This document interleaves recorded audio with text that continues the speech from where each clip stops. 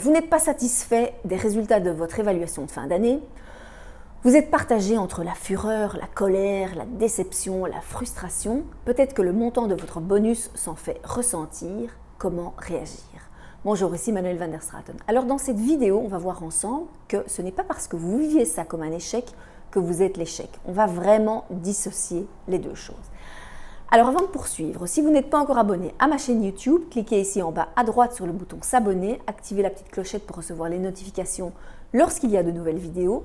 Et vous pouvez télécharger ci-dessous, dans la description de la vidéo, les 2 e-books qui sont offerts sur mon site.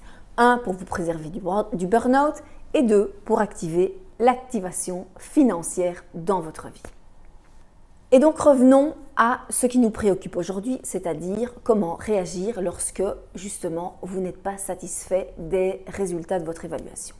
Il y a 3 questions à se poser. La première, par rapport aux résultats.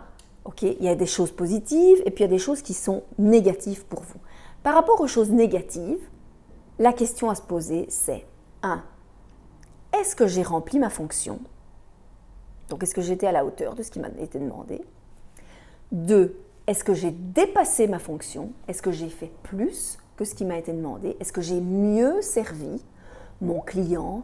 Est-ce que j'ai été super coopérative avec mes collaborateurs, avec les membres de mon équipe?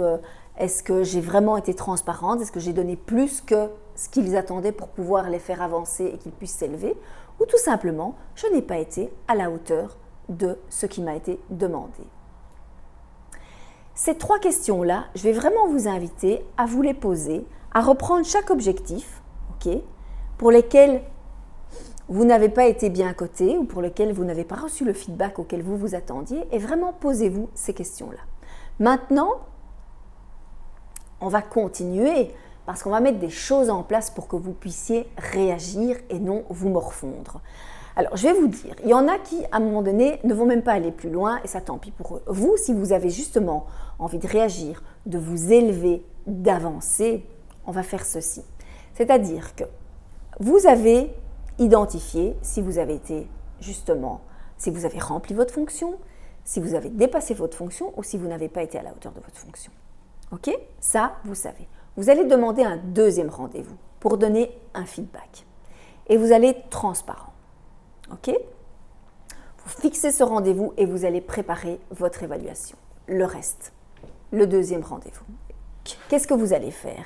Sur chaque point pour lequel vous avez rempli votre fonction, vous allez venir avec des faits. Vous allez illustrer ça et montrer que vous avez fait ce qui vous a été demandé. Là où vous avez dépassé votre fonction, vous allez aussi illustrer cela avec des faits et être bien spécifique. Donc, vous allez pouvoir vous exprimer avec des choses qui sont tangibles.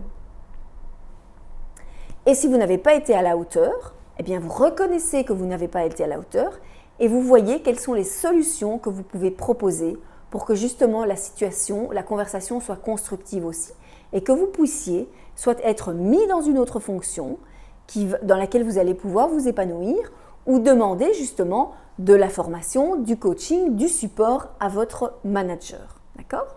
Si maintenant vous êtes entrepreneur, vous êtes à votre compte, vous pouvez aussi vous poser les mêmes questions. Est-ce que j'ai rempli ma fonction? Est-ce que j'ai dépassé ma fonction? Ou tout simplement je n'ai pas été à la hauteur?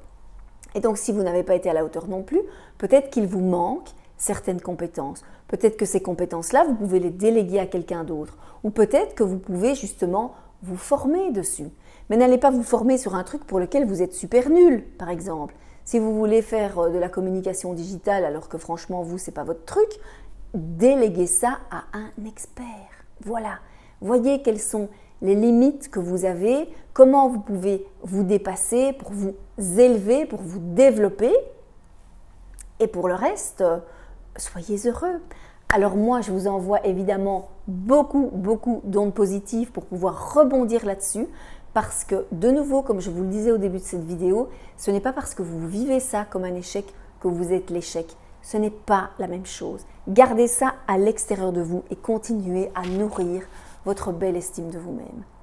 Si vous avez des questions, si vous ne vous en sortez pas, si vous voulez qu'on prépare ça ensemble, moi je vais vous faire ça en un coup de cuillère à peau puisque j'ai l'habitude, mes clients viennent aussi me demander ça.